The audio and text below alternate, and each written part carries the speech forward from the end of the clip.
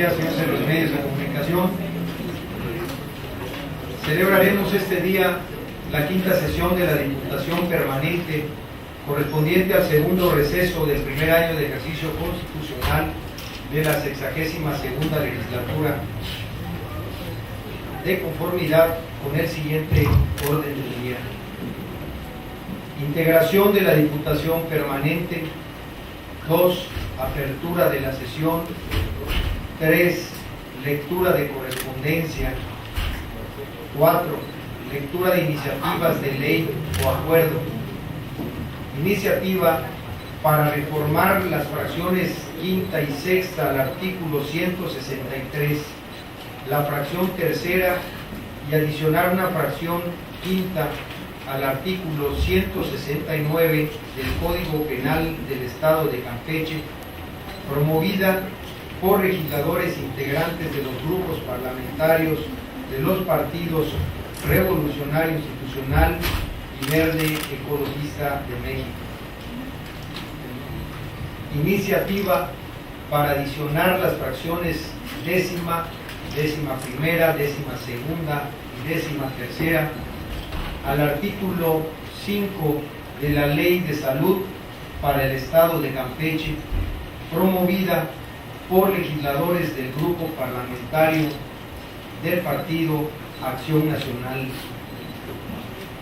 Lectura del calendario de comparecencias de los titulares de las dependencias del Poder Ejecutivo del Estado ante las comisiones encargadas de analizar el primer informe de gobierno. 5. Asuntos generales. 6. Clausura. Primera secretaria, sírvase verificar la integración de la Diputación Permanente.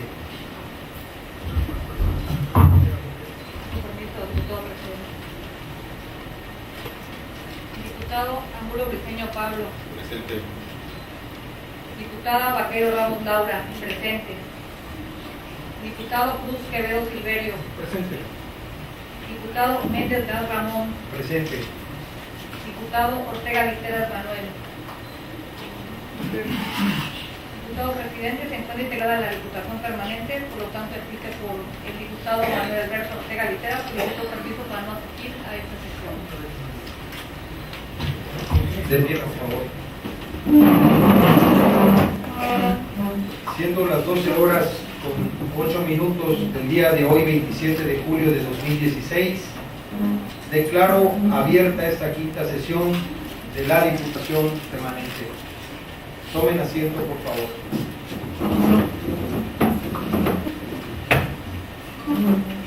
Primera secretaria, sírvase dar cuenta de la correspondencia existente en cartera. Diputado Presidente, en cartera existe lo siguiente. 1. El oficio número DGPL-PE1A-44.4 de la Cámara de Senadores del Honorable Congreso de la Unión. 2. La circular número 11 del Honorable Congreso del Estado de Aguascalientes. 3. La circular HCE/SG/0097/2016 del Honorable Congreso del Estado de Tabasco. Documentación que obra para los conducentes. Tercer secretario, sírvase dar lectura a la correspondencia de cuenta. Oficio número DGPL-PE1A.44.4 Ciudad de México a 17 de junio del 2016. Presidente de la mesa directiva del Honorable Congreso del Estado de Campeche, presente.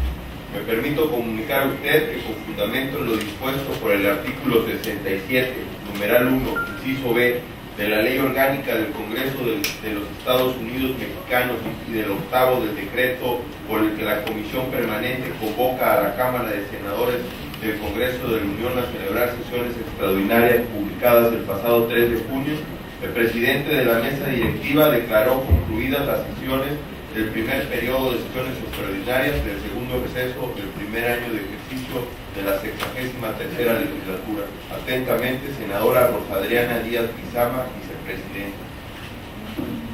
Circular número 11. Honorable Congreso del Estado de Campeche, presente. La 62ª legislatura del Honorable Congreso del Estado Libre y Soberano de Aguascalientes, en sesión celebrada el 30 de abril del 2016, se llevó a cabo la apertura del segundo periodo ordinario de sesiones del tercer año del ejercicio constitucional. Asimismo, se eligió a la mesa directiva para coordinar los trabajos. Al hacer de su conocimiento lo anterior, nos es grato renovar a ustedes las seguridades de nuestra consideración distinguida. Atentamente, Miguel Ángel Nájera Herrera, secretario general. Circular número HCE, diagonal SG, diagonal 0097, diagonal 2016. Villahermosa, Tabasco, 16 de mayo del 2016. Sé diputado presidente de la mesa directiva del Honorable Congreso del Estado de Campeche, presente. Por instrucciones del diputado Juan Pablo de la Fuente Utrilla, presidente de la mesa directiva de la 62ª legislatura del Honorable Congreso del Estado Libre y Soberano de Tabasco, me permito comunicarle, primero, en sesión pública ordinaria celebrada el día 12 de mayo del año en curso, la 62ª legislatura tuvo a bien elegir los integrantes de la comisión permanente del primer periodo de receso. Segundo, en sesión pública ordinaria con carácter de solemne, celebrada el 15 de mayo, se clausuraron los trabajos legislativos del primer periodo ordinario de sesiones del tercero. En sesión de fecha del 15 de mayo, se instaló la comisión permanente del primer periodo de receso, que funcionará del 16 de mayo al 4 de septiembre del 2016. Sin otro particular, reciba un cordial saludo. Atentamente, Gilberto Mendoza Rodríguez, secretario general. Diputado presidente, dado lectura a la correspondencia recibida.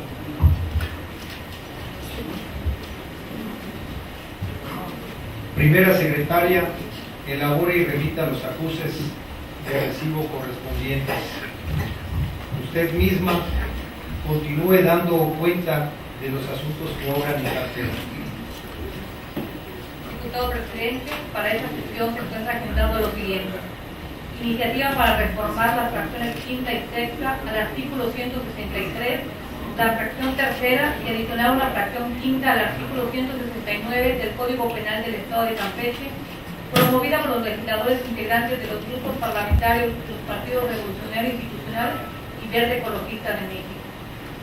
Iniciativa para adicionar las fracciones décima, décima primera, décima segunda y décima tercera al artículo 5 de la Ley de Salud para el Estado de Campeche, promovida por legisladores del grupo parlamentario del Partido Acción Nacional. Lectura del calendario de comparecencias de los titulares de las dependencias del Poder Ejecutivo y del Estado ante las comisiones encargadas de analizar el primer informe de gobierno. Documentación y obra para los conducentes.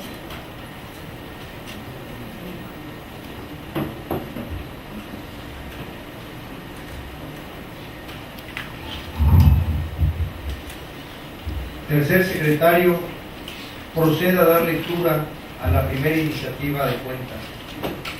Ser diputados secretarios de la mesa directiva del Honorable Congreso del Estado de Campeche, presente. Los suscritos diputados integrantes de los grupos parlamentarios de los partidos Revolucionario Institucional y Verde Ecologista de México, en ejercicio de las facultades que nos confiere el artículo 46, fracción 2 de la Constitución Política del Estado de Campeche y el numeral 47, fracción 1 de la Ley Orgánica del Poder Legislativo del Estado de Campeche, sometemos a la consideración de esa soberanía una iniciativa con proyecto de decreto para reformar las fracciones quinta y sexta del artículo 163, reformar la fracción tercera y adicionar una fracción quinta al artículo 169 del Código Penal del Estado de Campeche, al tenor de la siguiente exposición de motivos. La presente iniciativa se motiva en la Recomendación General número 021 sobre la prevención, atención y sanción de casos de violencia sexual en contra de las niñas y los niños en centros educativos, en la que formulo puntos recomendatorios a las entidades federativas en las formas siguientes. Cuarta, instruyen a quien corresponda para que se presenten las iniciativas de ley necesarias para que se ajusten las legislaciones penales de las entidades federativas y del Distrito Federal a la gravedad de los delitos, de forma tal que las conductas de violencia sexual por parte de servidores públicos en contra de niñas y niños estén tipificadas como graves e imprescriptibles y se prevean medidas de protección para niñas y niños víctimas de delitos que impliquen violencia sexual y contemplen agravantes respecto a estos delitos cuando hayan sido cometidos por servidores públicos. Quinta, se instruye a quien corresponda a efecto de que se lleven a cabo los estudios para que se complementen en todas las leyes para la protección de niñas y niños de la totalidad de las entidades federativas del país las medidas de salvaguarda para hechos que atenten en contra de su integridad. Por lo que es necesario considerar que el maltrato infantil y las conductas sexuales perpetradas en las personas de niños, niñas y adolescentes son un atentado contra su integridad física y psicológica que interfieren de manera determinante en su desarrollo integral y les dejan secuelas difícilmente superables.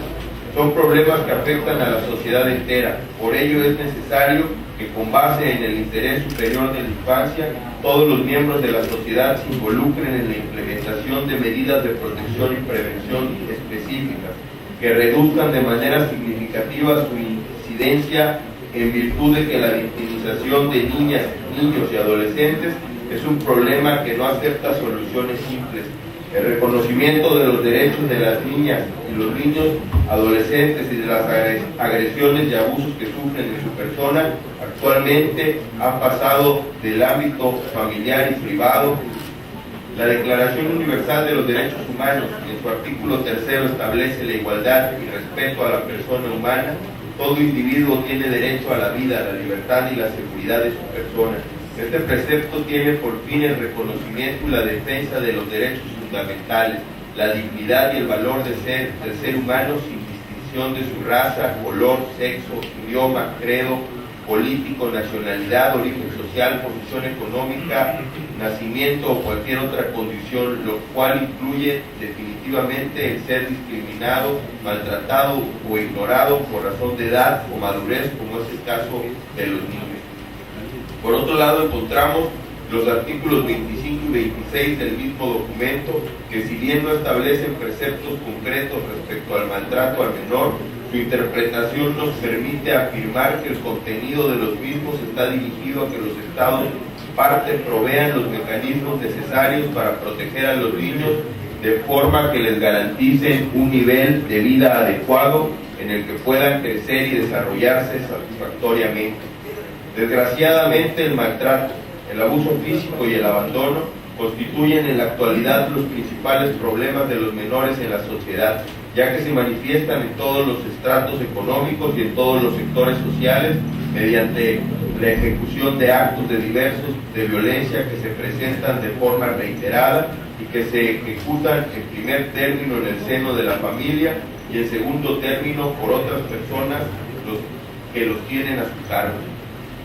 La definición de las conductas sexuales cometidas a las personas de los niños, las niñas, los adolescentes, debe partir de dos conceptos, el de coerción y la disparidad de la edad.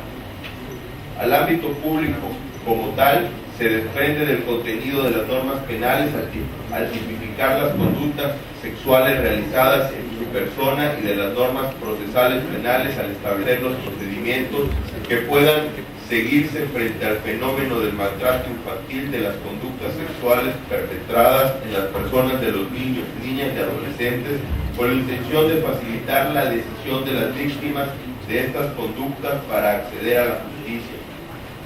La Convención sobre los Derechos del Niño dice en su artículo 1, para los efectos de la presente convención se entiende por niño a todo ser humano menor de 18 años de edad, salvo que en virtud de la ley que le sea aplicable haya alcanzado antes la mayoría de edad. De conformidad con el citado artículo, niño es quien por su condición y característica debe ser considerado una prioridad en la protección y cuidados que se deben tanto por sus padres como por su familia, la sociedad y el Estado. En ese aspecto existen instrumentos jurídicos tanto en el ámbito internacional como en el nacional que tienen como objeto reconocer y proteger mediante todos los medios posibles los derechos de los niños. Los niños y las niñas forman uno de los grupos denominados vulnerables. Se considera que es un grupo vulnerable aquel que por razón de edad, sexo, raza, color, idioma, religión, opiniones políticas, origen nacional o posición económica, nacimiento, características físicas o culturales, están en mayor riesgo de sufrir de discriminación, disminución o negación de sus derechos fundamentales. Asimismo, el derecho internacional encontramos otros instrumentos de protección a los niños, entre los que tenemos, por coerción se entiende el uso de la fuerza física, la presión o el engaño, la disparidad de la edad, teniendo en consideración que cualquier forma de contacto sexual entre un niño y una niña o niña resulta inadecuada, en virtud de que un niño es dependiente e inmaduro evolutivamente, por lo que no debe implicarse en las actividades sexuales que no comprende plenamente o para las que no está capacitado para dar su pleno consentimiento. De lo anterior se desprende que las conductas sexuales que nos ocupan pueden ser definidas como aquellas actividades sexuales que se realizan en la persona de los niños, las niñas y los adolescentes mediante el uso de la fuerza, la presión o el engaño. Los niños, al crecer en un medio en donde la agresión es común, ya sea que ésta se ejerza por los padres o por quienes tienen su custodia, como maestros y autoridades de centros de readaptación e inclusive la violencia que se vive en el medio o lugar donde habitan, provocarán que el menor se desarrolle y crezca con una imagen distorsionada de lo que es la convivencia y el respeto, lo que los llevará a vivir y reproducir relaciones de maltrato y violencia que propiciará de manera importante que cada día más de ellos se integren a las denominadas familias de niños de la calle, en donde su perspectiva de vida no es mejor, ya que su maltrato ahora además será de orden social. El maltrato, ya sea que se ejecute por un familiar, por conocidos o servidores públicos o por otros, se manifiesta mediante actos u omisiones que atentan contra la integridad física, psicológica o sexual del menor, ante el constante deterioro de su dignidad o la presencia de violencia por los actos del agresor. El niño puede reaccionar de dos formas distintas, las que traerán definitivamente repercusiones en su desarrollo y convivencia social. Por un lado, la respuesta del menor al maltrato se puede manifestar mediante una actitud pasiva que se limita a la depresión, a la baja autoestima, al desarrollo de la personalidad introvertida y a la aceptación y recepción del fenómeno como algo que está fuera de su control o que no tiene capacidad de entender y que asume como parte de su vida o existencia. Por otro lado, el menor puede responder de forma activa, esto es, mediante la realización de acciones de rebeldía y de agresividad, como es el de las conductas propiamente denominadas como antisociales. Por lo anterior, es importante que todo adulto, independientemente de su desempeño social, y los mismos menores reconozcan la obligación que tienen de respetar la vida de los niños, así como comprender que el adulto debe procurar al máximo que estos reciban la protección y el cuidado que en su condición de vulnerabilidad exige. Todo esto con el fin de que puedan crecer y desarrollarse sanamente en un ambiente que los propicie, ya que el presente de nuestros niños es el futuro de nuestra sociedad y las relaciones que se den en torno a ella. A este respecto, nos debemos soslayar que la administración pública, en su carácter de organización administrativa del Estado, se constituye en el vínculo de relación y comunicación entre gobierno y ciudadano, a través del cual se proporcionan los servicios públicos gubernamentales que en el marco jurídico contempla. La eficacia y la eficiencia de las acciones de la administración pública lleva a cabo en beneficio de la ciudadanía, al cual sirve en un ambiente caracterizado por fenómenos tales como la globalización, el avance tecnológico, el manejo de la información, la armonización legal, la búsqueda de mejoramientos sociales en general, esta en manos y dependiente de seres humanos denominados servidores públicos. Dichos servidores públicos tienen a su cargo el desempeño de las tareas de gobierno y servicio que la legislación vigente les confiere mediante nombramientos que los faculta para el ejercicio de una función pública delegada por el Estado. La administración pública requiere, bajo el esquema de un proceso orientado al mejoramiento continuo de la relación de esfuerzos permanentes de análisis y reflexión en torno a su accionar de frente al ciudadano, a la sociedad y al Estado mismo. En este contexto, la visión general de servir mejor a los ciudadanos se ha desarrollado hacia el logro de una mayor efectividad en la prestación de los servicios gubernamentales a la ciudadanía, a partir del elemento que tiene una mayor trascendencia e impacto en los resultados de gestión de cualquier organización gubernamental. El servidor público.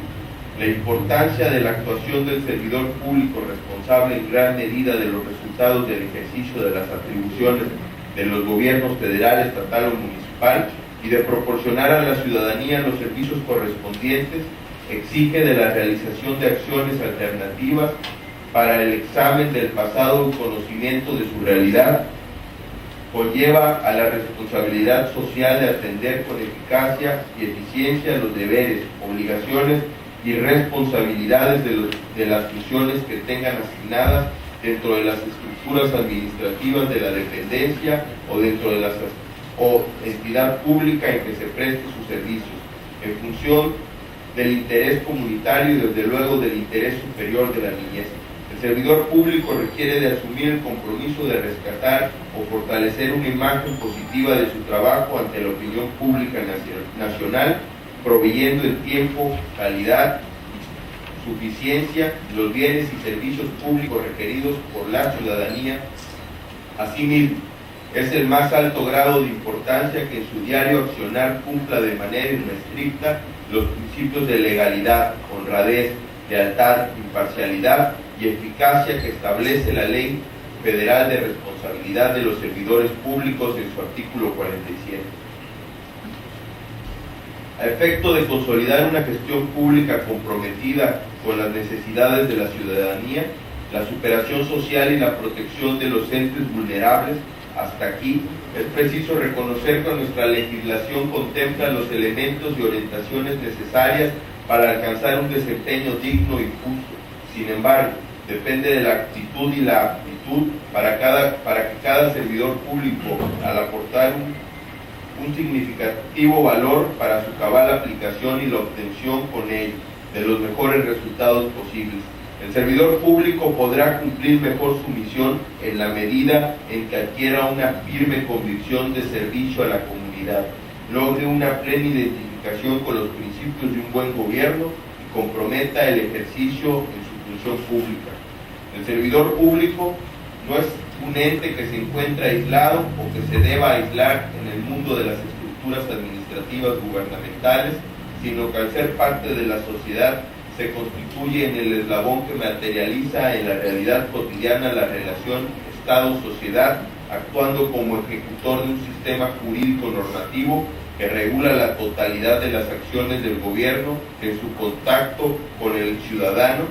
Las reformas del Estado han tenido como una de sus finalidades y consecuencias directas la apertura creciente a una mayor participación de la sociedad en su conjunto y de los ciudadanos en particular en las acciones del gobierno. Asumiendo entonces que el servidor público tiene un compromiso pleno con la sociedad de la cual es parte, con el gobierno y con la administración pública a la cual presta sus servicios remunerados para servir a la ciudadanía, el entorno inmediato del servidor público está conformado por la sociedad, el gobierno y la administración pública que le han delegado tareas para el beneficio y preservación de valores. Por ello, siendo primordial la protección del sano desarrollo de los menores, su rol es significativo, pues debe velar en todo momento por los bienes jurídicos de la niñez y desenvolverse con los principios de legalidad, honradez, lealtad, imparcialidad y eficacia, so pena de ser sancionado con mayor severidad si atenta contra tales valores que, como se ha expuesto, resultan fundamentales para el presente de nuestros niños y el futuro de nuestra sociedad y de las relaciones que se dan en torno a ella. Pues las consideraciones anteriores se pretende integrar a este contexto de protección a los menores en el ámbito jurídico penal, pues si bien nuestro catálogo punitivo contempla acordemente con el artículo 19 de nuestra Carta Magna tal protección en lo concerniente a los delitos sexuales, Es viable armonizar la recomendación que hoy nos motiva con el diverso articulado del título segundo denominado Delitos contra la Libertad y el normal desarrollo psicosexual, interesados en capítulos 1 y 4. Por ello se propone reformar las fracciones quinta y sexta del artículo 163, reformar la fracción tercera y adicionar una fracción quinta al artículo 169, todo del Código Penal del Estado de Campeche. Por las razones expuestas, se somete a consideración de esa soberanía para su análisis y, en caso, aprobación, la presente iniciativa o proyecto de decreto. Respetuosamente, diputado Ramón Méndez Lanz, diputada Alejandrina Moreno Barona, diputado Luis Ramón Peralta May, diputado Javier Francisco Barrera Pacheco, diputada Marina Sánchez Rodríguez, diputada Ángela del Carmen Cámara Damas, diputada Marta Albores Avendaño, diputada Leticia del Rosario Enríquez Cachón, diputada Tejocote González, diputado Pablo Guillermo Angulo Briceño, diputado Juan Carlos Damián Vera, diputado Freddy Fernando Martínez Quijano, diputada Eda Marlene Ushol, diputada Ana Graciela Crisanti Villarín. Diputado presidente, dado lectura de la iniciativa indicada.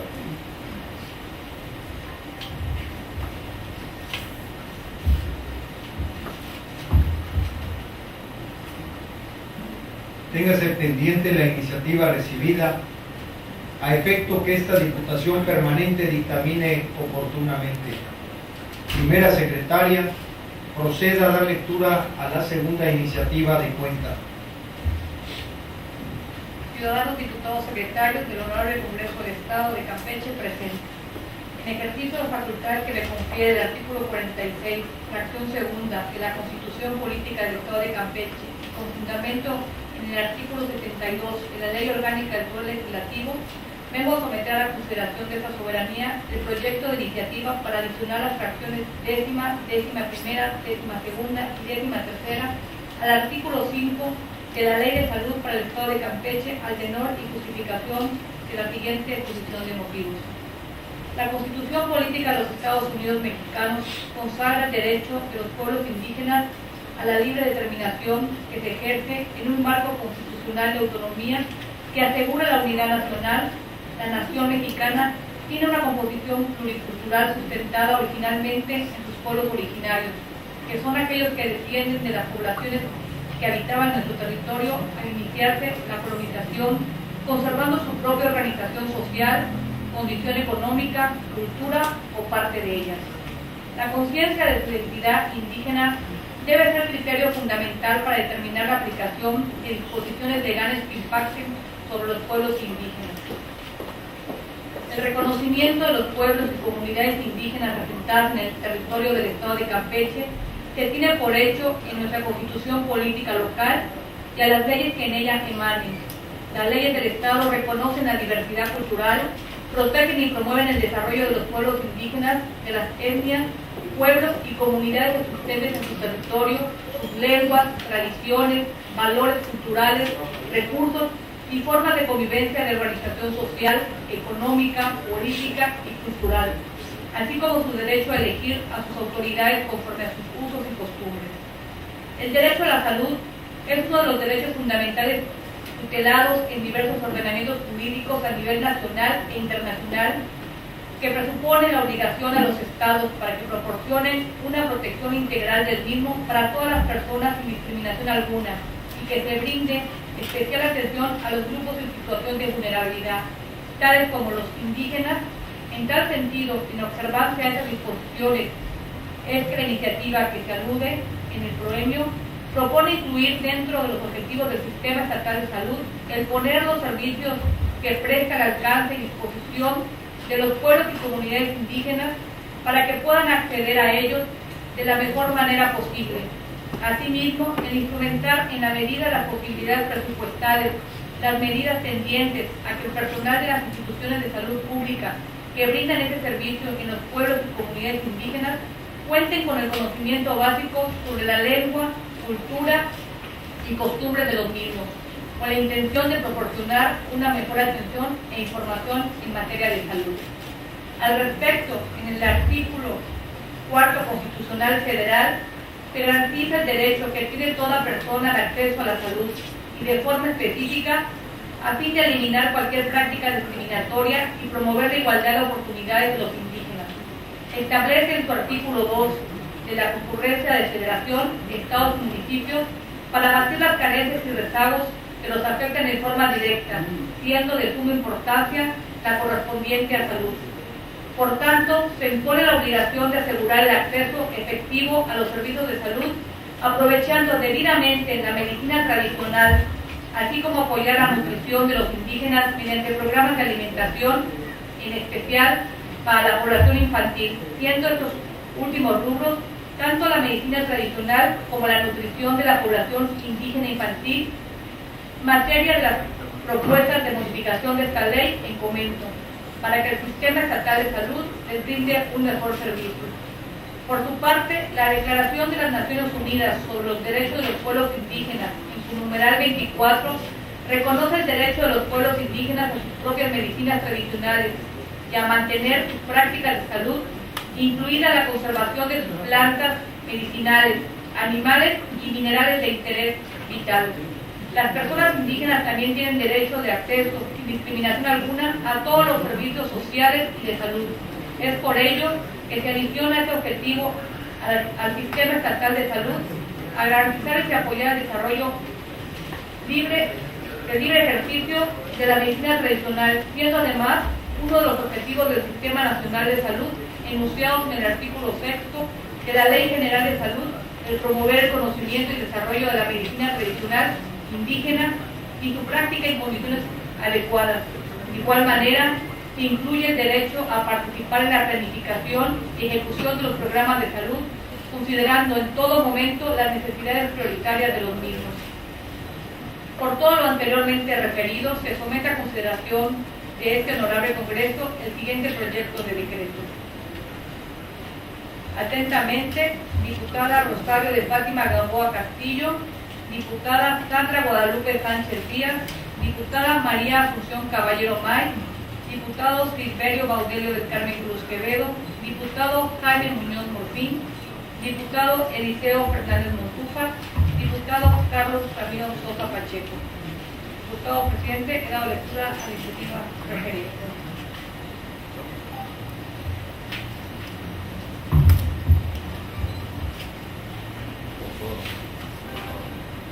Téngase pendiente la propuesta recibida a efecto que esta Diputación Permanente dictamine oportunamente.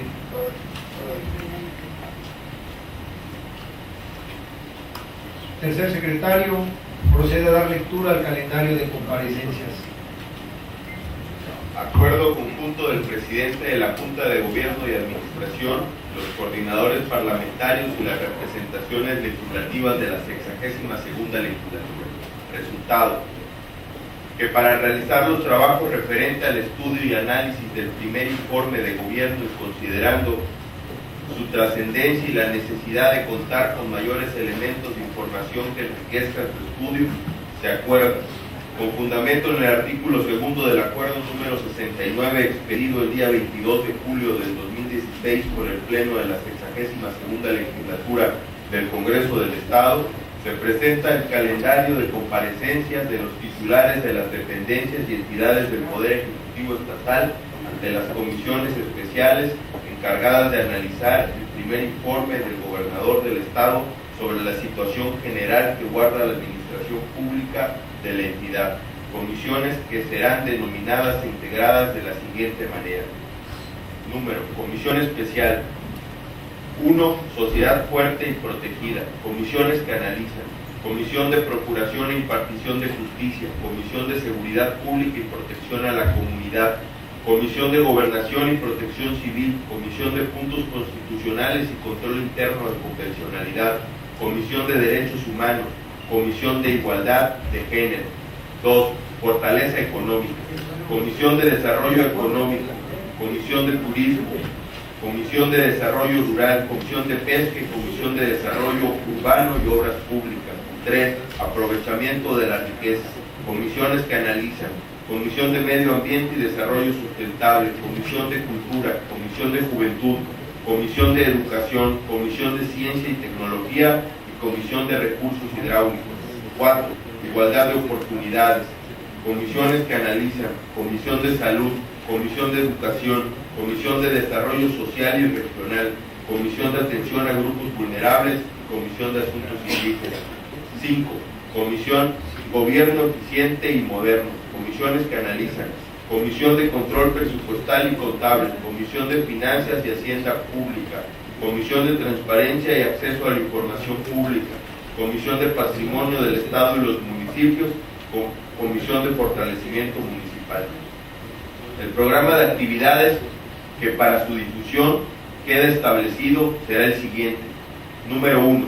Eje Sociedad Fuerte y Protegida, día miércoles 10 de agosto del 2016 a las 6 horas en el Centro de Convenciones Campeche, siglo XXI. Dependencia, Secretaría de Gobierno, Fiscalía General del Estado, Secretaría de Seguridad Pública y Protección a la Ciudadanía, Secretaría de Protección Civil y la Consejería Jurídica.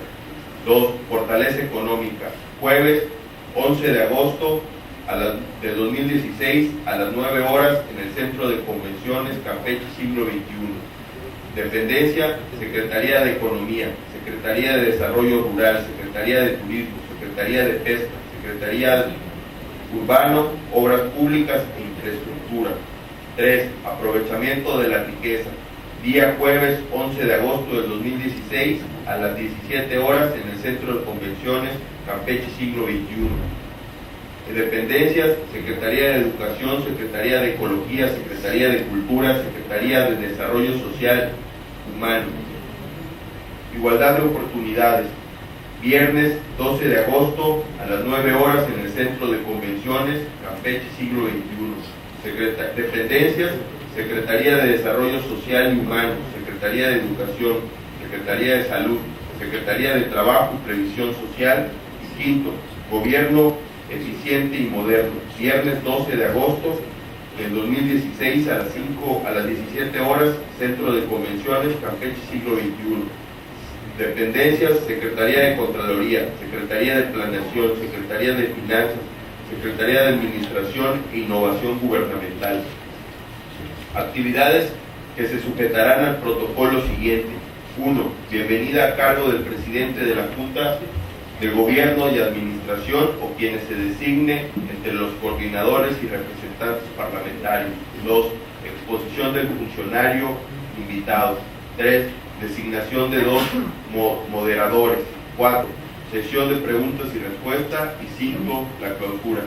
Con fundamento en el artículo 161 de la Ley Orgánica del Poder Legislativo del Estado de Campeche, comuníquese este acuerdo al gobernador del Estado a efecto de que sirva a girar las instrucciones que considere pertinentes a los titulares de las dependencias de la Administración Pública Estatal antes citadas.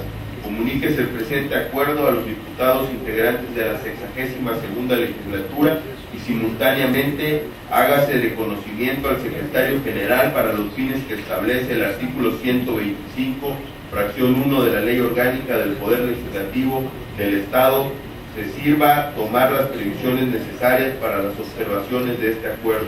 Cúmplase. Así lo acuerda el presidente de la Junta de Gobierno y Administración, los coordinadores parlamentarios y las representaciones legislativas de esta 62ª legislatura el día 22 de julio del 2016 en la Sala de Juntas María Lavalle Urbina del Palacio Legislativo de la ciudad de San Francisco de Campeche, Campeche. Hace constar diputado Ramón Martín Méndez Lanz, presidente de la Junta de Gobierno y Administración. Diputado Silverio Baudelio Cruz Quevedo, coordinador del Grupo Parlamentario del PAN. Diputada Marta Albores Avendaño, coordinadora del Grupo Parlamentario del Partido Verde Ecologista de México. Diputado Carlos Enrique Martínez Aquel, representante legislativo del Partido Morena. Diputada María del Carmen Pérez López, representante legislativo del Partido Revolución Democrática. Diputado presidente, dado lectura del calendario indicado.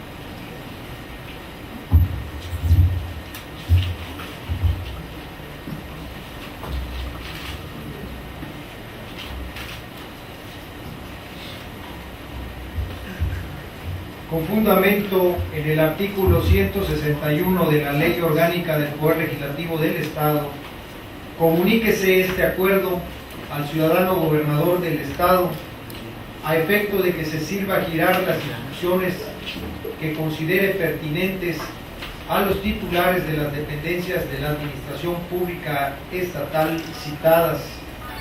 Comuníquese el presente acuerdo a los diputados integrantes de la 62ª legislatura y simultáneamente hágase del conocimiento del secretario general del Congreso para que se sirva a tomar las previsiones necesarias para la observancia de este acuerdo.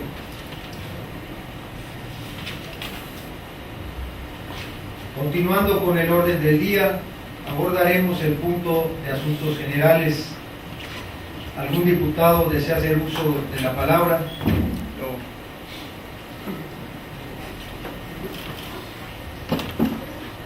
Agotados los puntos establecidos en el orden del día, me permito informar que los trabajos de este segundo receso continuarán el viernes 5 de agosto del 2016 a las 12 horas en este mismo recinto, para lo cual quedan ustedes debidamente citados.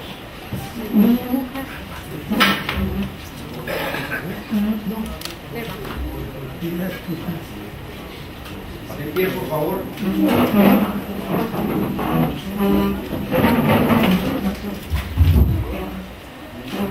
No existiendo otro asunto que tratar, declaro clausurada esta quinta sesión de la Diputación Permanente correspondiente al segundo receso del primer año de ejercicio constitucional, siendo las 12 horas con 50 minutos del día 27 de julio del 2016. Primera secretaria, elabore la constancia respectiva. Muchas gracias.